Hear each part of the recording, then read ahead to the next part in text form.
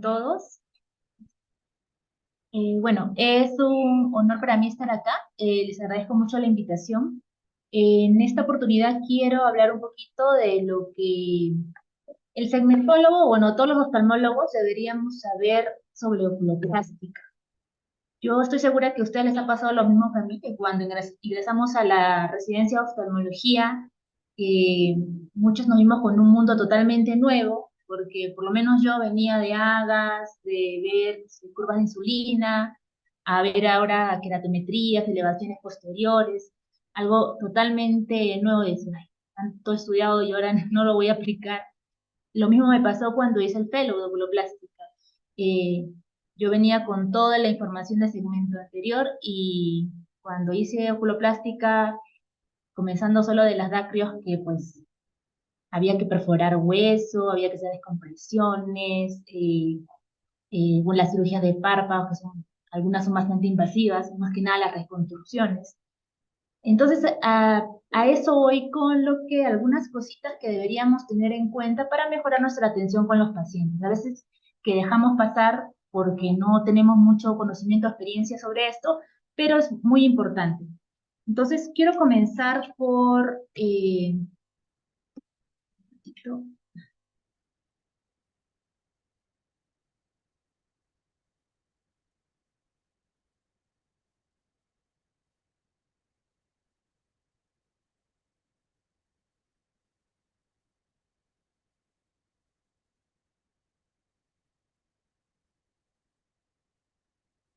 hablarles un poco de epífora en pacientes sin obstrucción lagrimal.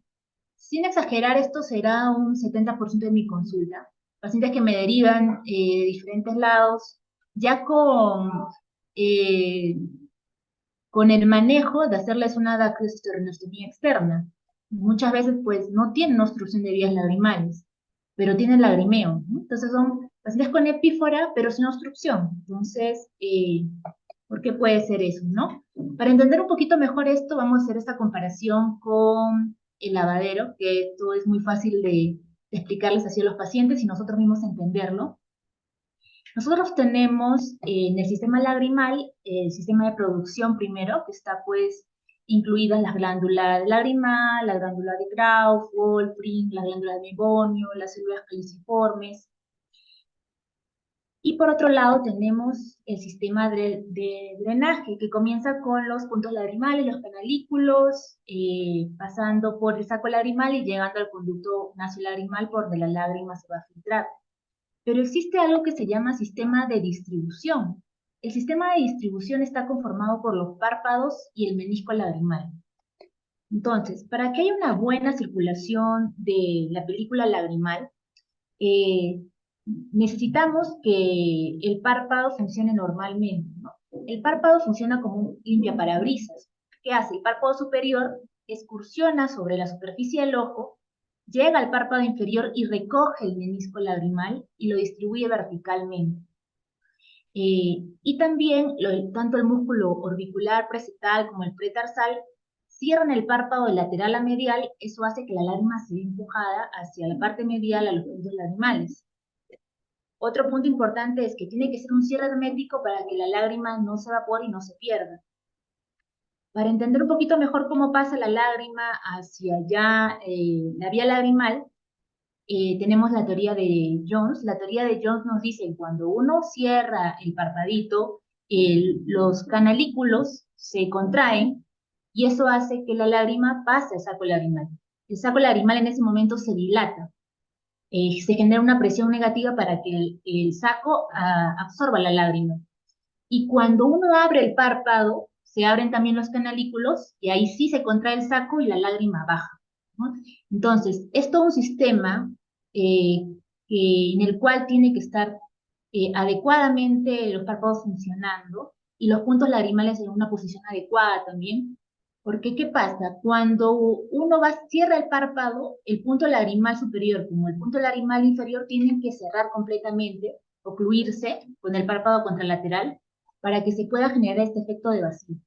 Si el punto lagrimal no se cierra, o sea, no se choca con el contrapuesto, no se genera este efecto de vacío, la lágrima no va a pasar hacia el sistema de drenaje. Por eso es tan importante que todo funcione bien. Ahora, ¿qué pasa cuando llega un paciente a mi consulta? ¿No? Entonces, lo primero que yo hago, pues lo examino y comienzo examinándole los puntos lagrimales. Veo si los puntos lagrimales están bien o no. Y después de eso me paso a hacerles una prueba de irrigación. La prueba de irrigación la puede hacer cualquier oftalmólogo. Yo utilizo siempre y recomiendo que se haga con una cánula de tuberculina, perdón, una jeringa de tuberculina, porque las jeringas de tuberculina tienen un menor diámetro y eso hace que sea mucho más fácil empujar el émbolo, que si lo hacemos con una jeringa de 10 va a ser más difícil y podemos dañar al paciente. Y podemos ayudarnos con una canulita esta de viscoelástico, todos tenemos a la mano, y se mete pues por el puntito lagrimal con una gotas de anestesia y se puede hacer esta prueba. A esta pacientita le estoy haciendo la prueba del ojito izquierdo, ven que le estoy pasando este líquido, que le echa un poquito de fluoresceína y el líquido se ha quedado, ha regresado, ¿no? A diferencia de este ojito, el ojito derecho, que también le estoy haciendo, le estoy pasando líquido y no hay reflujo, ¿no? Entonces el líquido está pasando, significa que está pasando a la garganta. El mismo paciente le dice, siento en la garganta que está entrando el agua. Entonces ahí ya puedo hacer el descarte.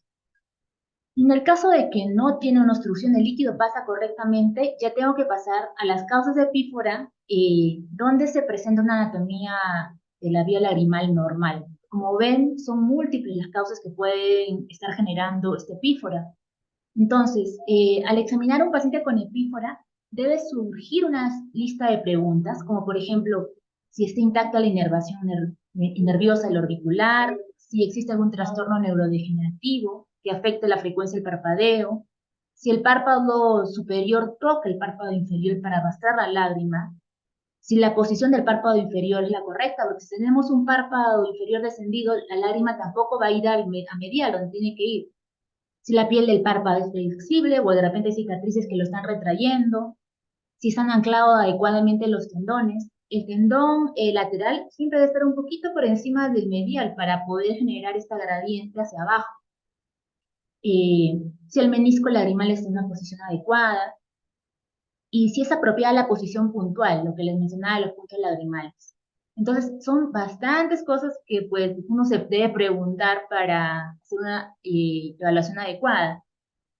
Para esto surgió este artículo muy interesante, que es la mnemotecnia Blick, que nos da una evaluación clínica anatómica de los pacientes con epífora.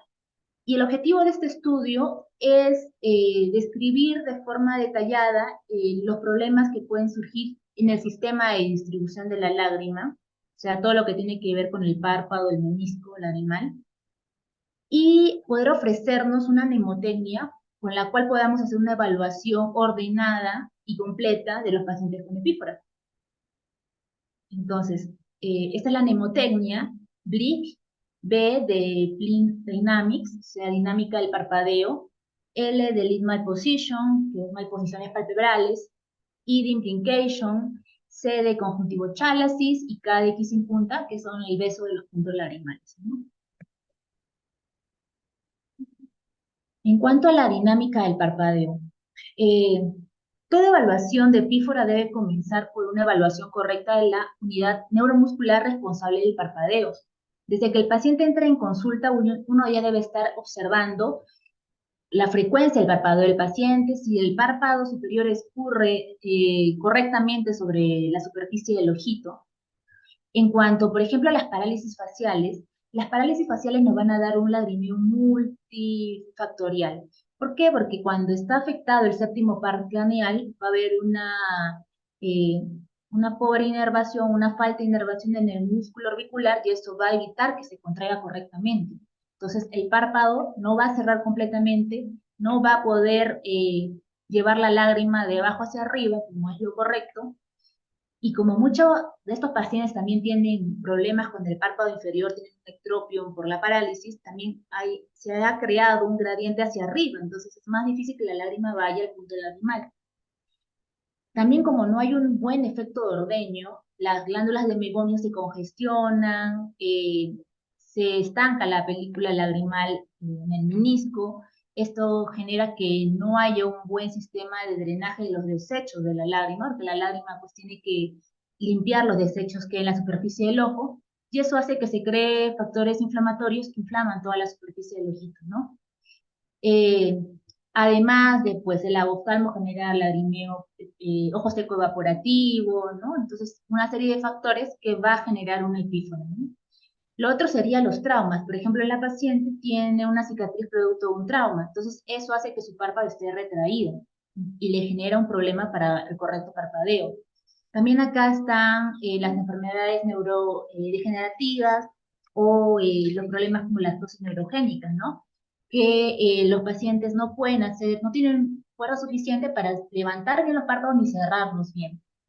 Y también acá están las aquinesias faciales, si viene el video, bueno. Las aquinesias faciales están incluidas, perdón, el blefarospasmo y el espasmo facial, ¿no? Que hay unas contracciones involuntarias de los párpados, ¿no? El otro punto son las malposiciones palpebrales, que son más comunes de ver en nuestra consulta. Acá tenemos el entropio, el ectropio, la retracción palpebral, ¿no? Acá, por ejemplo, están los pacientes con orbitopatía distiroidea, ¿no? Que tienen retracción palpebral y tienen mucho problema de superficie ocular. Y el párpado flácido, que es un nombre que hace poco se viene describiendo, que también genera mucho malestar en los pacientes. Este síndrome de párpado flácido, que es un síndrome ya que abarca varios signos y síntomas en los pacientes, se da generalmente en varones de edad media que suelen tener apnea del sueño y principalmente les gusta dormir boca abajo. ¿Qué genera eso? Que pues el párpado constantemente esté rozándose con la almohada y eso hace que se debilite la piel del párpado. Llega a ser tal la debilidad que tienen estos párpados que fácilmente distrayendo un poquito el párpado superior se despega del globo, que no es lo normal. Y cuando está durmiendo el paciente, se mueve y el párpado se vierte y la conjuntiva tarsal roza con la almohada y esto genera pues que esté con inflamaciones, molestias y en la mañana se levantan incluso más fastidiados, ¿no? Entonces es muy importante que a los pacientes le digamos que traten de dormir boca arriba. ¿Ah? Por ejemplo, este pacientito, ay, se me olvidó, bueno, el de abajo ya. Bueno, este paciente el de abajo aparentemente no tiene nada, pero solamente abre el parpadito y se despega del ojo, ¿no? O sea, sin necesidad de tocarlo. Entonces él se queja porque le molesta, le lagrima el ojito, uno lo ve y dice, pero que no tiene nada, pero esto es bastante molestoso para el paciente. El otro punto es la imbricación. ¿Qué quiere hacer imbricación? Es como la piel de pescado, esa distribución, o las tejas, ¿no? Que están así unas sobre otras. Entonces acá tenemos la imbricación del párpado, que puede ser el párpado inferior o el párpado superior. ¿Cuándo se da esto? Por ejemplo, cuando un paciente tiene un ectropio o una parálisis y se le hace una tira tarsal. Puede eso generar que pues jalemos mucho el párpado y el párpado superior se superpone sobre el párpado inferior. Esto suele ser temporal en la cirugía, pero molesta al inicio, ¿no? Porque la conjuntiva tarsal roza las pestañitas de la conjuntiva del párpado inferior y pues le genera lagrimeo molesto, ¿no? Justo ayer me llegó una pacientita con este problema, que no tiene ojito, tuvo un trauma, y el párpado inferior está superpuesto al superior, ¿no? Entonces, y la paciente viene con un dolor terrible, porque las pestañitas de arriba estaban rozando la conjuntiva tarsal de abajo, y le genera lagrimeo, ardor, dolor. Lo otro sería, ¿por qué puede generarse esta sobreposición? Por ejemplo, por los prolapsos de grasa subconjuntival, ¿no? Los tejidos se debilitan, la grasa se prolapsa y se puede ver como una masita ahí en la conjuntiva, ¿no? Yo lo veo con relativa frecuencia, no es tan raro, y pues, pero sí al paciente le genera molestias. Lo otro es la conjuntivochalasis, que realmente no se sabe la causa. Es el despegamiento de la conjuntiva del globo. ¿Y esto qué genera?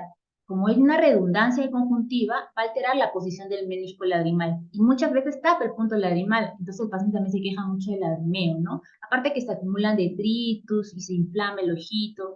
Esto se soluciona haciendo una resección de la conjuntiva, algunos puntitos, y mejora mucho la molestia del paciente. Y por último, en cuanto a la mnemotecnia, el kissing punta, que es el beso de los párpados, esto es que en todo momento los puntos lagrimales están en la posición, entonces están besando.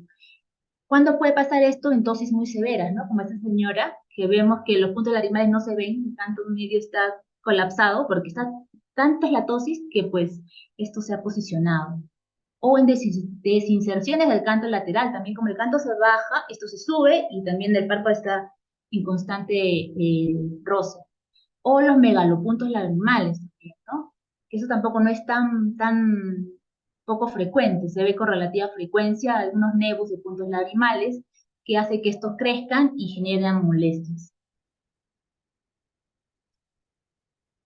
Saliendo ya a la mnemotecnia, otra cosa que genera epíforas y una necesidad de tener una obstrucción es el ojo seco, ¿no? El ojo seco, por eso es tan importante hacer una buena evaluación al paciente. Eh, Hay muchos pacientes que de repente viajan de Lima a provincia, en Lima de repente hay mucho polvo, me dicen, no, yo donde vivo me pica el ojo, me arde, se me seca, de repente acá me siento más tranquilo porque hay más humedad, o viceversa, ¿no? Porque hay mucha contaminación, comienzan con lagrimeo apenas llegan a Lima, o las conjuntivitis tóxicas, que es tan común en los pacientes que son usuarios de gotas para el glaucoma, ya que utilizan una polifarmacia, ¿no? ¿Por qué les quiero explicar esto? Porque, bueno, el ojo seco es ahorita es una pandemia, ¿no?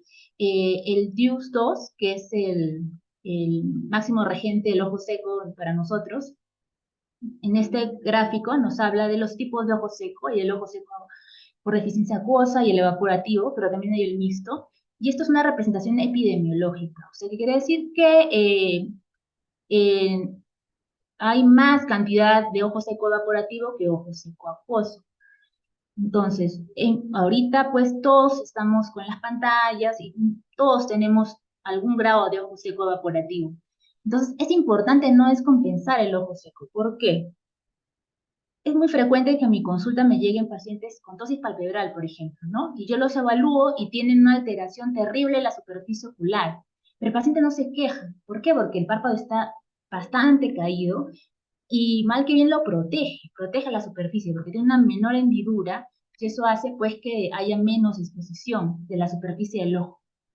¿Qué pasa si yo lo opero y le levanto los párpados? El paciente va a venir feliz, pero va a venir con molestias después. Me está ardiendo, me está lagrimeando, doctora, y lo veo, de repente ha empeorado su tema de la superficie.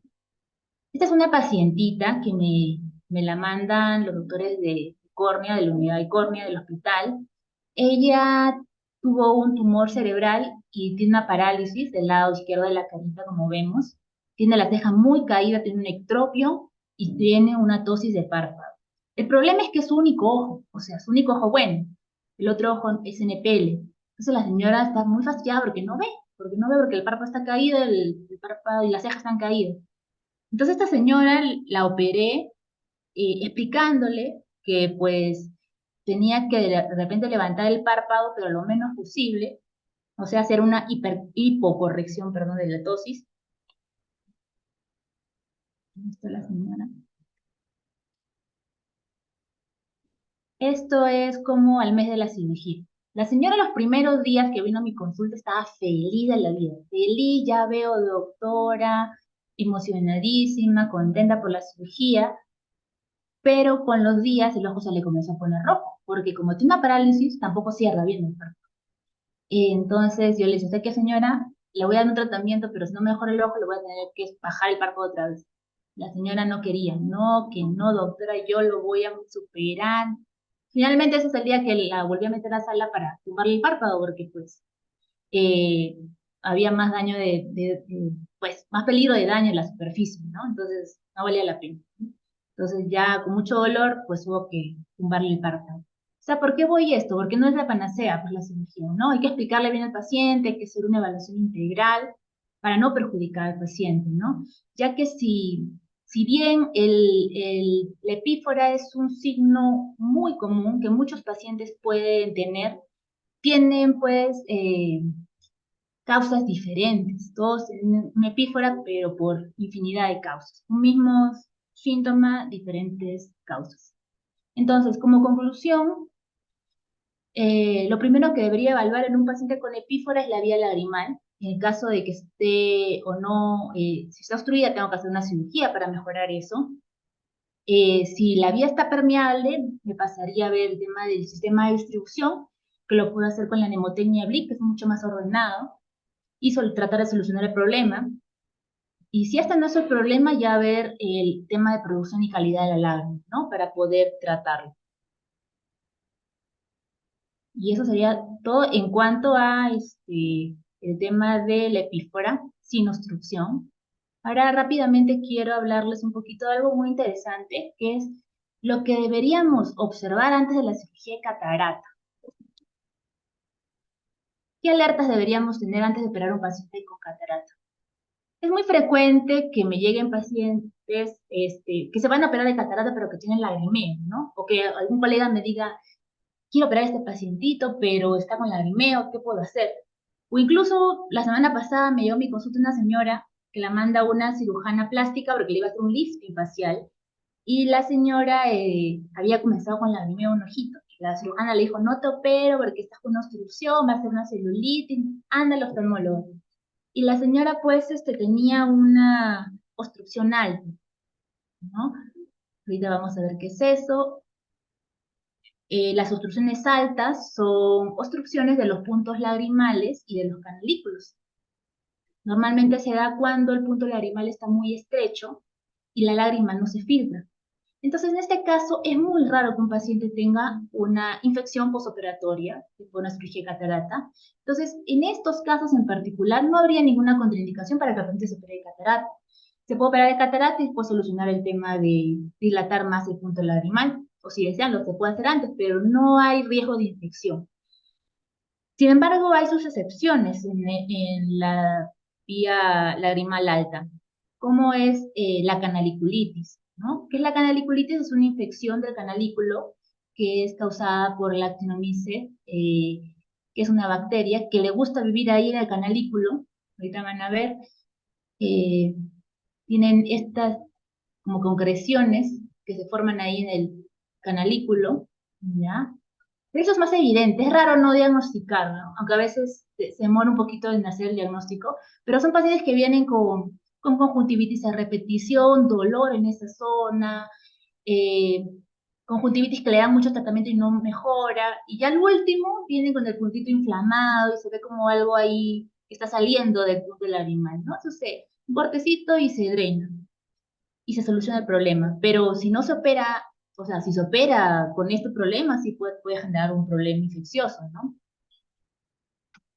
En cuanto a las obstrucciones bajas, que se refieren al saco y al conducto nasolagrimal, eso sí, pues definitivamente hay que tratarlo antes, ¿no? Es un foco infeccioso terrible, y no es que uno lo diga porque lo ve nomás, esto hay estudios que nos explican, por ejemplo, este muy interesante, que comparan a pacientes que han tenido endoftalmitis post cirugía de catarata versus pacientes que no han tenido endoftalmitis.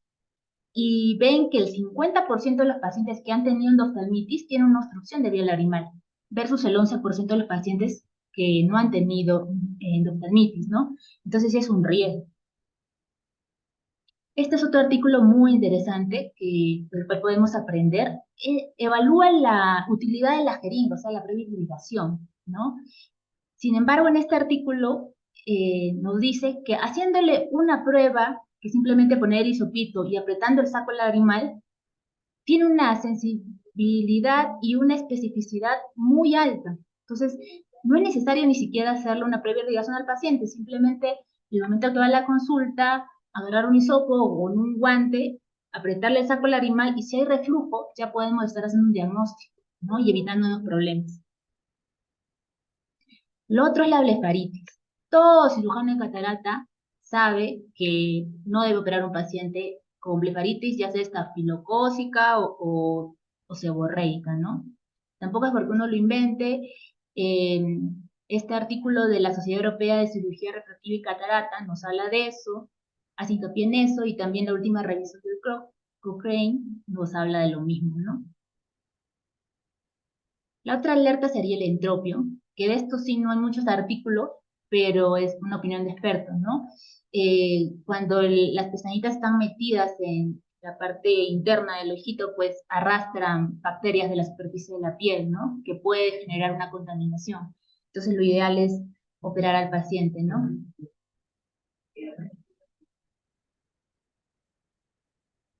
También el entropio, el pacientito con el entropio. Los videos están un poquito, están distorsionando. Bueno, también hay entropio del párpado superior, que también pues hace que las pestañitas se metan. Incluso esta pacientita, la de la izquierda, las pestañas han generado un leucoma, ¿no? Que finalmente ha terminado en un trasplante corneal, ¿no? Entonces esta pacientita, ya la especialista en córnea me la manda por este problema, le hice una fractura tarsal, mejoró la posición de las pestañas y ya le pudieron hacer un trasplante, ¿no? Pero también es, como le digo, es un foco infeccioso. La triquiasis, que es parecido, es las pestañitas que se están metiendo por una mala posición. Esto es fácil de solucionar, se lo puede hacer con electrocauterio, ¿no? Para ablacionar esas pestañitas. O algunas veces también se les puede poner injertos, si son muchas. Se les puede poner, no he corrido el video, pero se les puede poner un injerto de mucosa en esa zona para poder, a ver si corre un ratito. Listo, sí. Bueno, ya. Bueno, injerto de mucosa en la parte inferior para reemplazar esta línea de pestañas. Lo otro sería el Symblepharon. También hay muchos pacientes que vienen con este problema, que es mejor solucionarlo antes de exponerlo a una cirugía intraocular, ¿no? El Terigion también porque altera pues la curvatura de la córnea, ¿no? Entonces es mejor hacer la cirugía de Terigion antes que la cirugía de catarata. Ese es un Symblepharon también terrible. Esta pacientita se lo operó, se le puso membrana amniótica, un conformador anular y mejoró muchísimo, muchísimo. Por lo menos el eje ya estaba libre y ya se le pudo operar de catarata. Y para terminar, algo que es muy interesante, todos creo que lo que más me preguntan en el hospital es, eh, ¿opero la tosis antes o después de la faco? ¿Qué es lo que debería hacer? ¿Quién da más, quién da menos? Entonces, hay artículos que nos hablan de que después de una cirugía de catarata hay una incidencia del 6% de tosis palpebral. Y de este 6%, 2% no se recupera hasta los 6 meses, ¿no? O sea, después de los 6 meses no se recuperaría con la dosis. Bueno, en mi experiencia, eh, sí es cierto que el bléfaro pues, puede generar una desinserción de la poneurosis del elevador, pero normalmente son en párpados que ya tenían una predisposición a caerse, ¿no? Entonces, de repente vemos abuelitos con los párpados así, le operamos de catarata y ya terminan con el párpado caído, ¿no? Tienen una predisposición. Entonces, habría que explicarles un poquito mejor a los pacientes. Existe esa posibilidad de que pase, no pasen todos, pero hay una predisposición. Ahora, sin embargo, ya desde el año 97 se venía hablando de que después de una cirugía de tosis, hay cambios en la topografía corneal, las queratometrías cambian. Este artículo que salió hace poco también nos habla de los cambios, ¿no? 6 semanas después de la restricción del elevador hubo un 50% de ojos que mostró un aumento de la potencia corneal, un 34.6 mostró una disminución y un 15 no mostró nada. Entonces, pero hay cambios y son significativos, ¿no? Ese es otro artículo que nos habla lo mismo. Después de la reparación quirúrgica hubo una reducción de las queratometrías, eh, más o menos 0.015 más o menos 46 dioptrías, y en el astigmatismo corneal hasta de 1.12, ¿no? Entonces sí hay cambios en las dioptrías, ¿no? Bueno, entonces como conclusión, si queremos evitar tener riesgos en una cirugía de catarata, tenemos que tratar las OBLs bajas, la blefaritis, el entropio, la triquiasis, para disminuir los riesgos, ¿no?, de infección. Y en cuanto a la cirugía de tosis, si estamos pensando principalmente ponerle al paciente de repente un lente tórico o hacerle una cirugía facorrefractiva, lo ideal sería primero operar la cirugía de tosis. ¿Ah? Bueno, eso es todo. Les agradezco mucho la invitación nuevamente. La verdad, me ha gustado mucho preparar esta charla y estoy encantada de estar aquí. Gracias.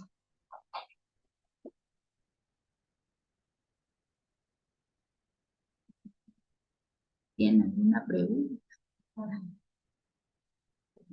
Pues, ¿tiene alguien preguntas? Sí me llama bastante la atención el caso que presentó en las malposiciones particulares, los pacientes jóvenes que dormían boca abajo, ¿no?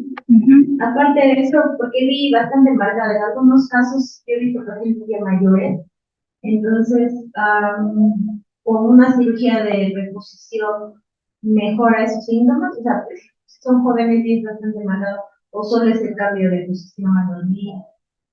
O sea, si hay un elongamiento del párpado, ya se puede hacer una cirugía, se hace un acortamiento del párpado, ¿no? Puedes hacer una especie de cuña en el párpado superior para acortar la longitud del párpado y en el párpado inferior puedes hacer una tira tarsal, ¿no? Para también disminuir la longitud. Ese es el tratamiento habitual, ¿no? Que se hace en este tipo de problemas. Eh, pero de todas maneras, a pesar de que hagas la cirugía, tienes que recomendarle al paciente que no duerma boca abajo, porque si lo operas y sigue durmiendo boca abajo, va a volver con el problema, el párpado se va a seguir enlongando, ¿no? Y en el caso, por ejemplo, en una de las causas de la epífora, porque eso es bastante común, vienen acá, vienen viejitos que se cabineo, y de verdad que no tienen obstrucción de vía lagrimal, pero, por ejemplo, ahí vi, ¿no? Que cuando no chocan los dos puntos lagrimales, no hay la buena Drenaje. ajá. Entonces, en esos casos, ¿qué se podría hacer cuando ya es tema? Depende, ¿no? Ver, a veces hay estropios mediales que corregir porque el punto del animal está un poco vertido, ¿no? Entonces no choca, entonces hay que corregir, puede ser un acortamiento, una cuña en el párpado inferior para acortarlo y que esté en una mejor posición, o de repente una tira tarsal si es que está muy laxo, Sí, ¿no? justo, Para mejorar eso. pacientes, por ejemplo, mayores, varones, en la mayoría que he estado viendo, vienen por la guineo y a veces tú lo único que das gotas, ¿no? Para que disminuya, pero sí hay casos en que le ves un poquito revertido, ¿no? Claro, o simplemente haces esto y el párpado se baja. Entonces, o sea, este párpado no está en buena posición con el globo, ¿no? Entonces, ahí sí, corregir un poquito, refijar un poquito el canto lateral para mejorar la distribución del lágrima. Claro, y casos, como dice, cuando ya, o la parálisis, ¿no? Cuando ya cambia la posición para que las lágrimas también. O sea, en realidad, ahora que hago la charla, he visto pues, que, o sea, vemos muchos casos y a veces lo dejamos pasar. Claro, sí, eso es lo interesante de esta charla, que eso es lo que quería justamente dar a notar, ¿no? Porque a veces cosas que no tomamos en cuenta, ¿no? Y que sí afectan bastante al paciente. Entonces, y lo importante es tratar en todos los aspectos para no dar resultados óptimos, ¿no? Porque muchas veces lo tratamos y solamente una parte, pero no solucionamos el total del problema del paciente.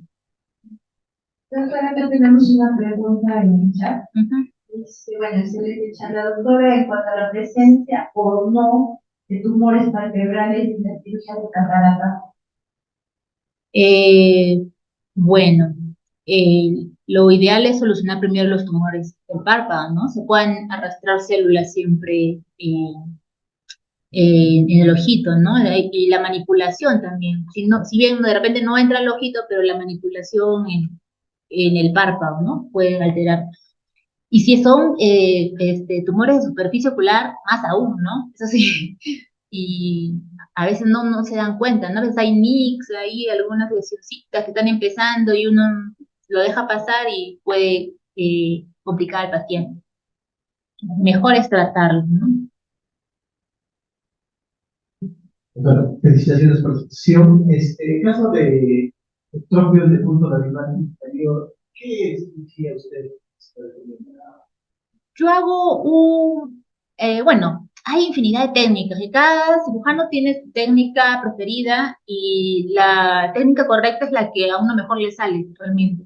Yo en ese caso, yo suelo hacer un acortamiento del párpado con una recesión en pentágono, ¿no? Y ajusto un poquito el párpado.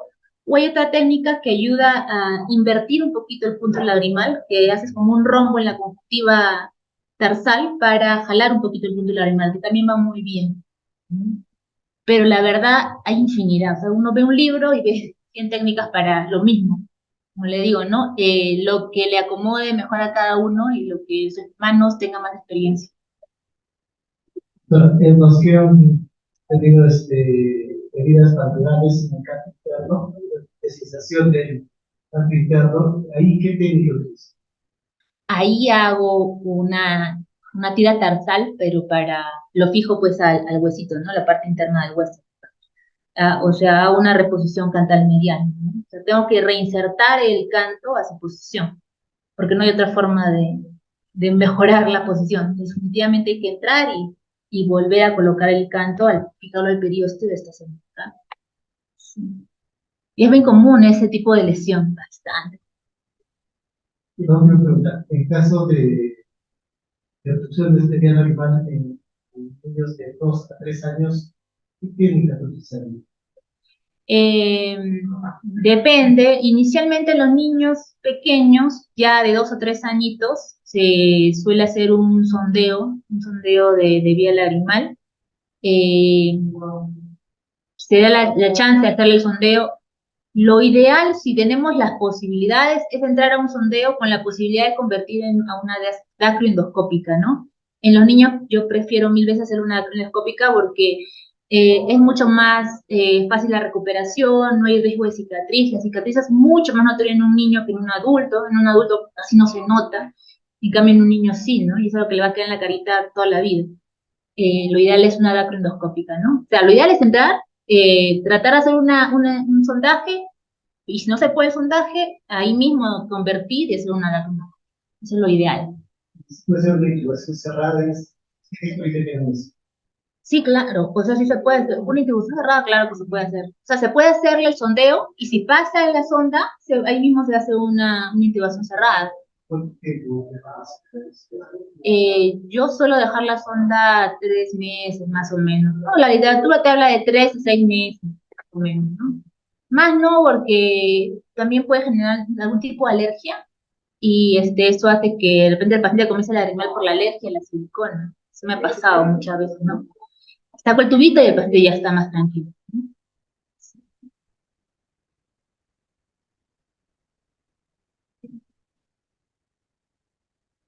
Bien, no, yo creo que nos Listo, gracias a ustedes.